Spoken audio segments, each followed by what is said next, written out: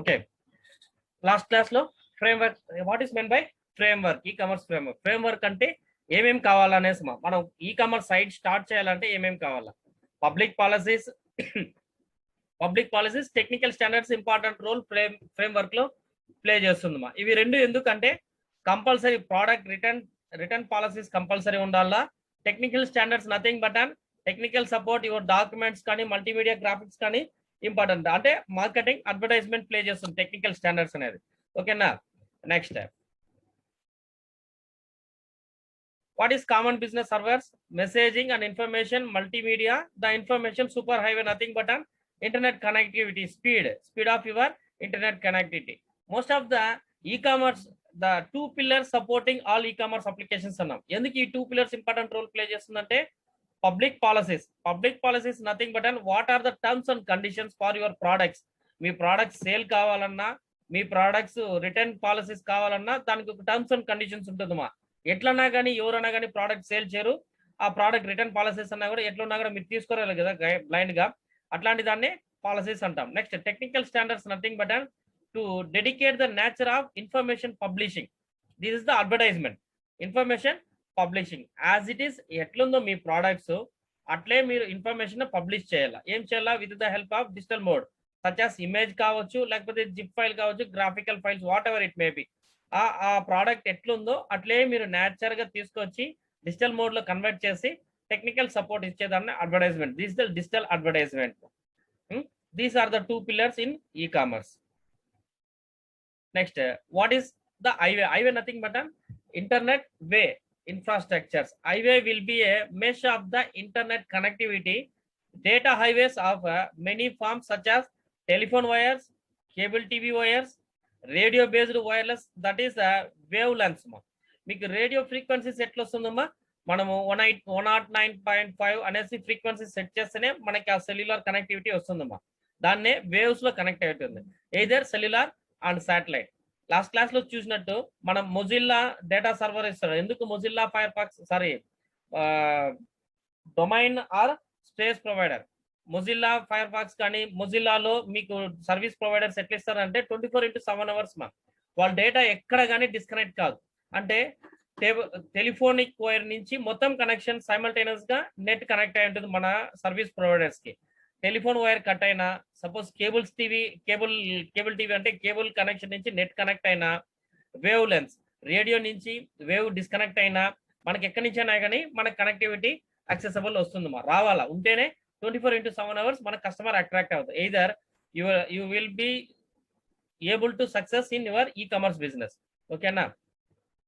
Next, revenues in e commerce are based on virtual traffic, vehicle transportation, information and multimedia content.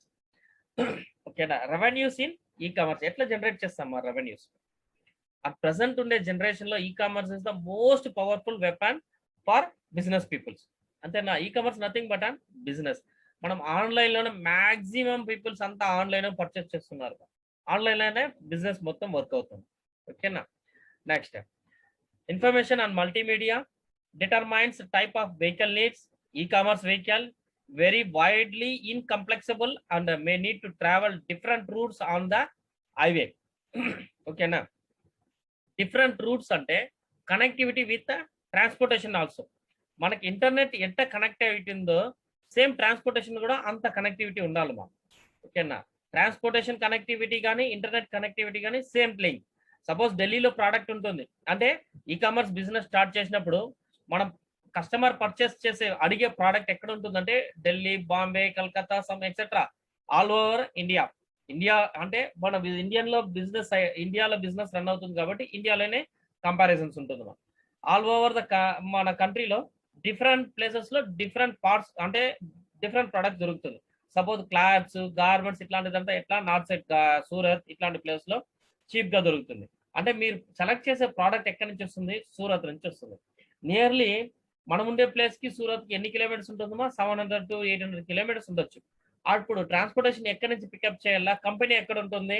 ఢిల్లీలో ఉంటుంది head office. ఓకేనా? Branch office some etcetera Bengaluru, Calcutta, Chennai ఎక్కడన్నా ఉండొచ్చు. కానీ సూరత్ నుంచి మన గార్మెంట్స్ రావాలా. అప్పుడు ఏం చేస్తాడమ్మా? ఈ కామర్స్ బిజినెస్ స్టార్ట్ చేసినోడు అక్కడి నుంచి అక్కడికి పోతాడా? కాదు, ఆల్రెడీ టైఅప్ అయి ఉంటుంది సమ్ మర్చెంట్స్ లో, లేకపోతేనే గోడౌన్స్ లో ఆ కంపెనీతో టైఅప్ అయి ఉంటుంది. ట్రాన్స్పోర్టేషన్ త్రూ కంపెనీనే వస్తుంది. All over the India network and transportation connectivity రెండు ఉంటేనే మనం ఈ కామర్స్ బిజినెస్ లో సక్సెస్ అవ్వగలుగుతాం. ఓకేనా? Okay sir. Okay okay. Main client server, ఈ టూ డిఫరెన్సెస్ కూడా థిన్ క్లయింట్ థిక్ క్లయింట్ అంట మారు. 1 tier architecture, 2 tier architecture, 3 tier architecture is the important role మా దీంట్లో. ఫర్ ఎగ్జాంపుల్ మీకు ఇది పాస్ చేసి నెక్స్ట్ దాంట్లో చెప్తాను.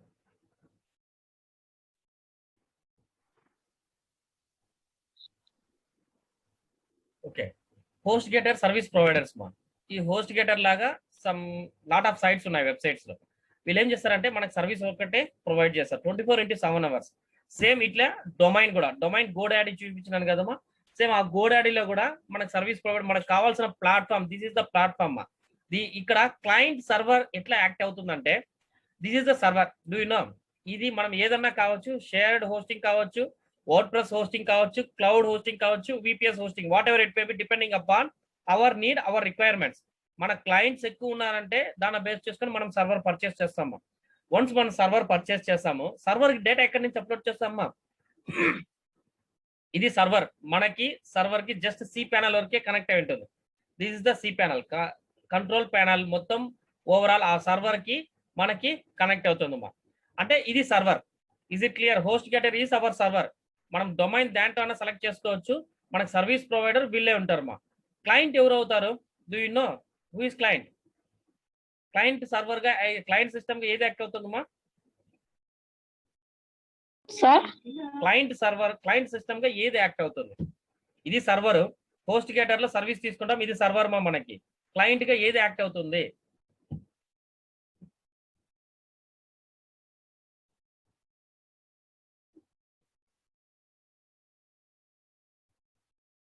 మా క్లయింట్ గా మన సిస్టమ్ యాక్ట్ అవుతుంది.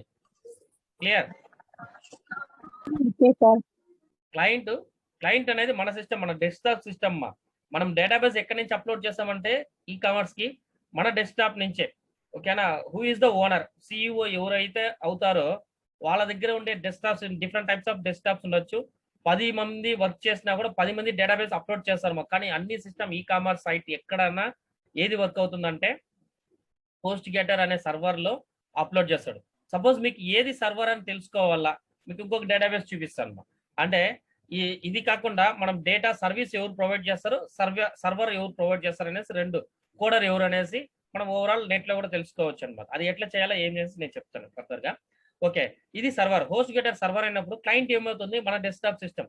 మనం డెస్క్టాప్ నుంచే మనం డేటాను అప్లోడ్ చేస్తామా, that is client. Uploaded data ఎక్కడి నుంచి వర్క్ అవుతుందంటే ఓవరాల్ క్లయింట్ సర్వర్ ఇక్కడి నుంచే వర్క్ అవుతుంది. సర్వీస్ ఎక్కడి నుంచి ప్రొవైడ్ చేస్తారో వాళ్ళ దగ్గర నుంచే డేటా మొత్తం యాక్సెసింగ్ ఉంటుంది. Is it clear?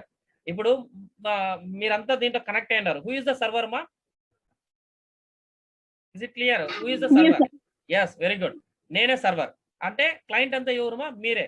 మీ యొక్క డేటాబేస్ నే ఇంటరాక్ట్ చేసుకునేసి, ఓకేనా, ఇంటరాక్ట్ చేసుకునేసి నేనే మొత్తం అవుట్లైన్. ప్రతి ఒక్కరికి కమ్యూనికేషన్ ఎక్కడి నుంచి జరుగుతుంది? ఇక్కడ సర్వర్ నుంచే కనెక్ట్ అయి ఉంటుంది. ఓకేనా? ఇది client and server interactions. Most play role దాంట్లో ప్లే చేస్తుందంటే క్లయింట్ సర్వర్ కే ఇంటరాక్షన్స్ ఉంటుంది. ఓకేనా? కస్టమర్స్ ఏమవుతారంటే వాడు కావాల్సిన products buying, selling, that's all. కానీ ఇక్కడ ఇంటరాక్షన్ ఎవరి మధ్యలో జరుగుతుందంటే క్లయింట్ కి సర్వర్ కి డేటా ట్రాన్సాక్షన్ జరుగుతుంది. కస్టమర్ బై చేసినప్పుడు వాళ్ళకి డేటా ఎక్కడ పోతుంది? ఎక్కడ పోతుందంటే సర్వర్ కే పోతుంది డైరెక్ట్ గా. ఓకేనా? సర్వర్ కి పోతే సర్వర్ నుంచి ఓకే, ఇక్కడ చూడండి ఈ సైట్ లో మనకి అమెజాన్ కావచ్చు, whatever it may B కావచ్చు. amazon.in అనేసి టైప్ చేస్తే ద డాక్యుమెంట్ హ్యాస్ సర్చింగ్. ఓకేనా? హూ ఈస్ అంటే అమెజాన్ యొక్క ప్రోడక్ట్స్ ఇక్కడ చూడండి, every year should be renewed. అంటే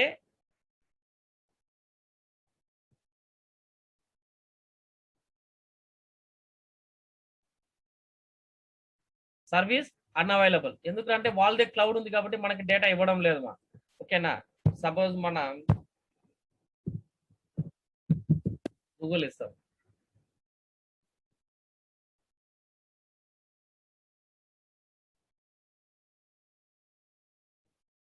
ఇది కూడా unavailable.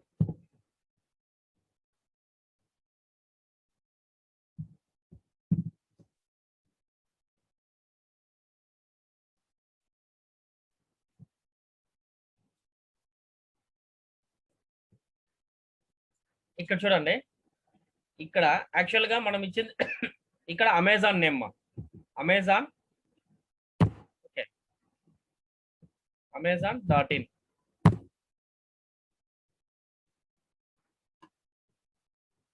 ఓకేనా, amazon.in register data DNS records. మా చెప్పండి మా this is the DNS data మా. ఓకేనా, అంటే మనకు సర్వర్ ఎక్కడి నుంచి లింక్ అయింది, ఏమి సర్వర్ ఒక ప్రాసెస్ ఎక్కడ చూడండి, .co.org .net అంటే అమెజాన్ ఇక్కడ ఏమన్నా ఉందా, just this is the hosting name. Is it clear? Hosting type TTL priority contest. Is it visible? Yes, sir. Yes ma. This is the hosting name. Who is the hoster? Amazon. కానీ type service అంతా ఎవరు provide చేస్తున్నారు మా? ఇక్కడ చూడండి, dynet.net అనే ఒక దాంట్లో ప్రీవియస్ ఇయర్ లో ప్రీవియస్ సర్వర్ గా వాళ్ళు వర్క్ చేస్తున్నారు మా.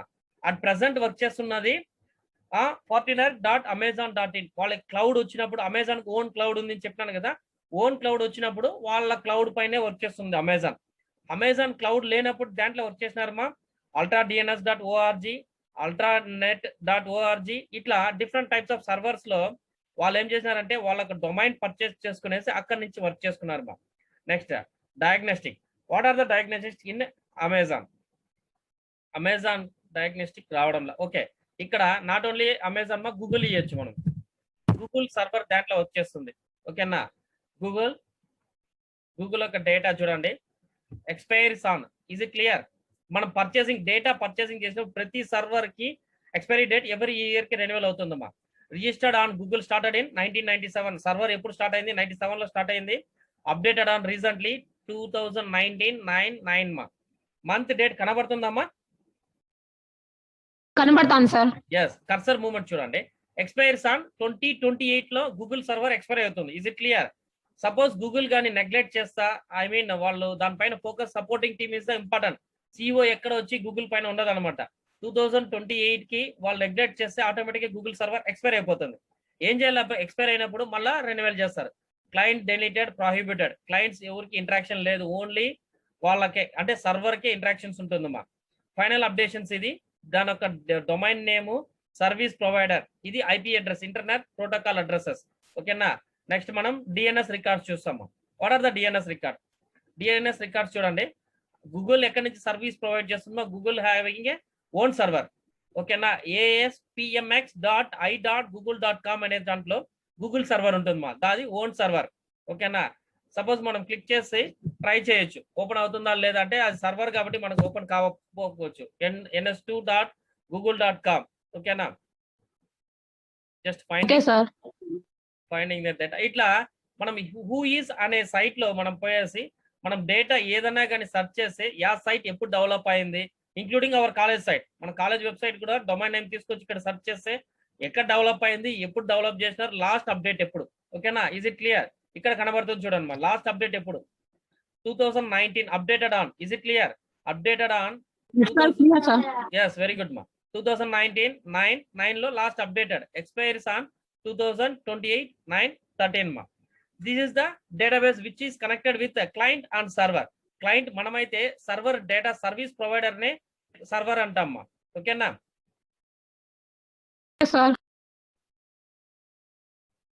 ఓకేనా. This is the difference between client and server. Warehouses is the server, multimedia storage is also in server. Electronic data, highway, మొత్తం ప్రతి ఒక్క డేటాను తీసుకొచ్చి ఎక్కడ స్టోర్ చేస్తామంటే క్లయింట్ సిస్టమ్ లో ఎక్కడ స్టోర్ చేయమా, మనం తీసుకొచ్చి సర్వర్ లోనే స్టోర్ చేస్తాం. ఎట్లా స్టోర్ చేస్తాం? With the help of FTP, file transfer protocol, from one place to another place. File transfer protocol ఎట్లా ప్లే చేస్తుందంటే, క్లయింట్ దగ్గర ఉండే డేటాని తీసుకొచ్చి సర్వర్ లో స్టోర్ చేయాలంటే with the help of FTP తోనే మనం స్టోర్ చేస్తాం. Is it clear? Next, numbers of electronic payment schemes are being developed to the handle highway complex transaction with a high reliability. Reliability nothing but an real గా డబ్బులో నుంచి account లో నుంచి deduct అయితేనే reliability ఉంటుంది మా. Account లో నుంచి డిడక్ట్ కాకపోతే పేమెంట్స్ కెనాట్ బి సక్సెస్. ఓకేనా?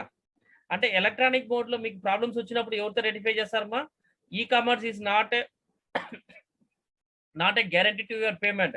Banking sector is the your whole responsibility for your payment మా. ఓకేనా? Regularisation to protect consumer from fraud.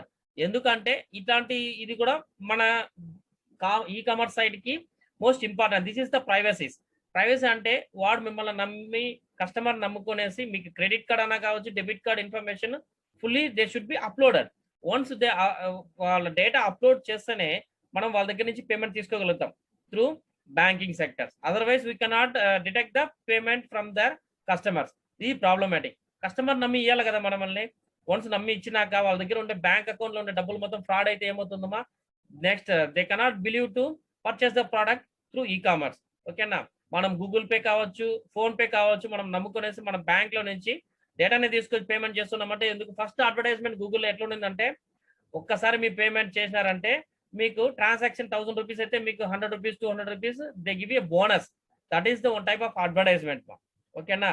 మీకు దానివల్ల ఏం బెనిఫిట్ అయిందంటే వైడ్ పబ్లిసిటీ అయింది. సపోజ్ మీరు ట్రాన్సాక్షన్ చేసి 50 రూపీస్ వస్తే వాడేం చేస్తాడు? వాడు ఫ్రెండ్కి చెప్తాడు. అట్లే వైడ్ పబ్లిసిటీ వల్ల అందరూ గూగుల్ ఇన్స్టాల్ చేస్తున్నారు. సపోజ్ ఇప్పుడు మాక్సిమం ఎవరికి కానీ పేమెంట్ రావడంలో, ఎందుకంటే మెజారిటీ ఆఫ్ కస్టమర్స్ వాళ్ళ దగ్గర ఉన్నప్పుడు ఇంకేం పేమెంట్ అవసరం లేదు కాబట్టి అది క్లోజ్ చేసినాడు. Next, what are the standards you need to ensure the seamless and harmonious integration across the transportation network? NW nothing but an network. And to ensure the access of any type of devices to consume chooses on all types of operating systems. Okay na?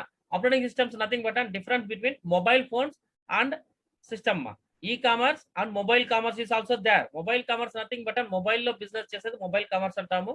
E-commerce electronic mode. Both are in electronic mode lone work avutunduma. And the conversion of technical nothing but an essential to operation of the information supply highway. Okay నా? Conversations అంటే మీ system లో పెద్ద screen వస్తుంది, అదే mobile open చేసినప్పుడు ఏమవుతుంది? Mobile side కి synchronize work చేస్తుందమ్మా. ఇట్లాంటి కన్వర్జేషన్స్ ఇంపార్టెంట్, సాఫ్ట్వేర్ లో ఇంపార్టెంట్. ఓకేనా? Essential to way the business world is gearing up the deal with it. Now at present world is moving a e-commerce business only. Okay. Next, electronic commerce and media conversations. The conversing is a melting of the consumer electronic data. Next, publishing the telecommunication and computers for the purpose of facilitating new forms of information based commerce. Okay na? What are the informations? Em information is some free advertisements such as Google lo manamu 100 rupees top up cheste neeku 10 rupees backup vastundi. Itlanti advertisement free wide publicity valla customers anta Google ki attract ayinadu. లేకపోతే Google payment లో ఎందుకు పోతామా? మనము phone payment కి ఎందుకు పోతామా? అదంతా unnecessary కదా. We are losing our payment. ఓకేనా? అట్లాంటప్పుడు ఏం చేస్తాము? మనం పోము. ఇట్లాంటి ఫ్రీ అడ్వర్టైజ్మెంట్, నిజమైన అడ్వర్టైజ్మెంట్ ఉంటే ఆటోమేటిక్ గా public should be converted to the electronic mode. Okay.